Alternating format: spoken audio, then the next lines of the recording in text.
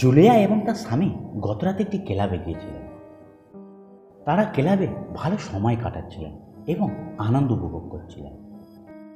তখনই হঠাৎ ইলেকট্রিক চলে গেল এবং পুরো ক্লাবটি অন্ধকার হয়ে গেল। এরপর যখন ইলেকট্রিক ফিরে এলো, জুলিয়া দেখল তার স্বামীর গালে একটি মেয়ের লিপস্টিকের দাগ রয়েছে। এই দেখে জুলিয়া খুব রেগে গেলেন। জুলিয়া এই ক্লাবে থাকা 3টি মেয়েকে সন্দেহ করলেন। এই 3টি মেয়ের দিকে তাকিয়ে জিনিয়াসরা কি বলতে পারবে যে জুলিয়ার স্বামীর গালে কে কিস করেছে? ভাবো ভাবো।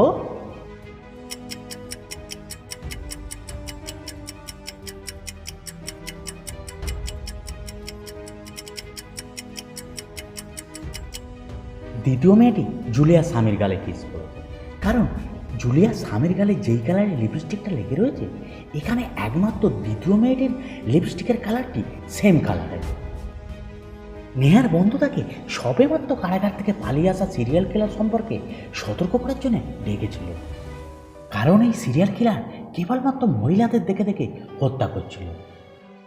নেহা মধ্যাহ্নভোজের জন্য বাইরে না যাওয়ার সিদ্ধান্ত নিল এবং পিৎজা অর্ডার করার জন্য পিৎজা হাটে ফোন করেছিল। পিৎজা ডেলিভারি দিতে ডেলিভারি বয় এসেছিল, কিন্তু একজন নয়, 2জন ডেলিভারি বয় এসেছিল। এই 2জন ডেলিভারি বয়ের মধ্যে একজন ছদ্মবেশে এসেছিল। সম্ভবত এদের মধ্যে একজন ওই সিরিয়াল কিলার হবে। জিনিয়াসরা কি এই 2জন ডেলিভারি বয়কে দেখে বলতে পারবে যে এদের মধ্যে কে ছদ্মবেশে এসেছে? ভাবো ভাবো।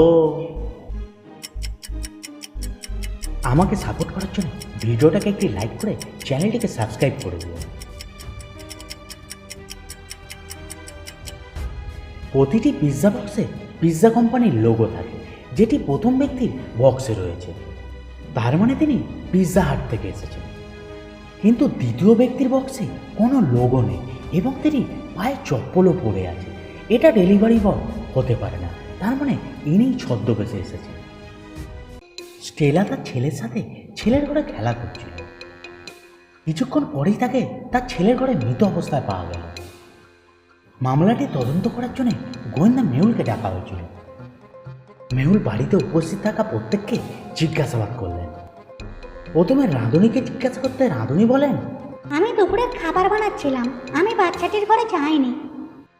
এরপর মালিককে জিজ্ঞাসা করতে তিনি বলেন, আমি বাচ্চাটির ঘরের দিকে যাইনি, আমি বাগানে ছিলাম, নতুন গাছ লাগাচ্ছিলাম। এবং কাজের মেয়েটিকে জিজ্ঞাসা করতে তিনি বলেন, আমি বসার ঘরটি পরিষ্কার করতে ব্যস্ত ছিলাম, আমি বাচ্চাটির ঘরের দিকে যাইনি। এদের মধ্যে কে মিথ্যে কথা বলছে তা মেহুল বুঝতে পারল না। তারপর তিনি বাচ্চাটির ঘরে লাগানো একটি সিসিটিভি ক্যামেরা লক্ষ্য করলেন। মেহুল ওই ঘরের আগের এবং পরের সিসিটিভি ফুটেজ থেকে একটি ক্লু পেলেন। এই 2টি ফুটেজকে ভালো করে দেখে জিনিয়াসরা কি বলতে পারবে যে এখানে কে মিথ্যে কথা বলছে, মানে স্টেলাকে কে খুন করেছে? ভাবো ভাবো।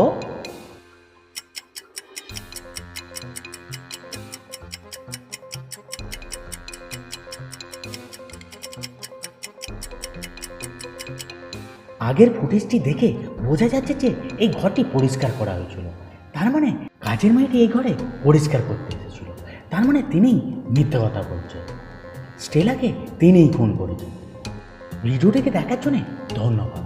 এই ধরনের আরও ডিটেলড স্টোরি দেখার জন্য ভিডিওটিকে একটি লাইক করে চ্যানেলটিকে সাবস্ক্রাইব করে দিন এবং পাশে থাকা বেল আইকনটি অল করে দিন, তাহলে সবার আগে ভিডিওর নোটিফিকেশান তোমার কাছে পৌঁছাবে।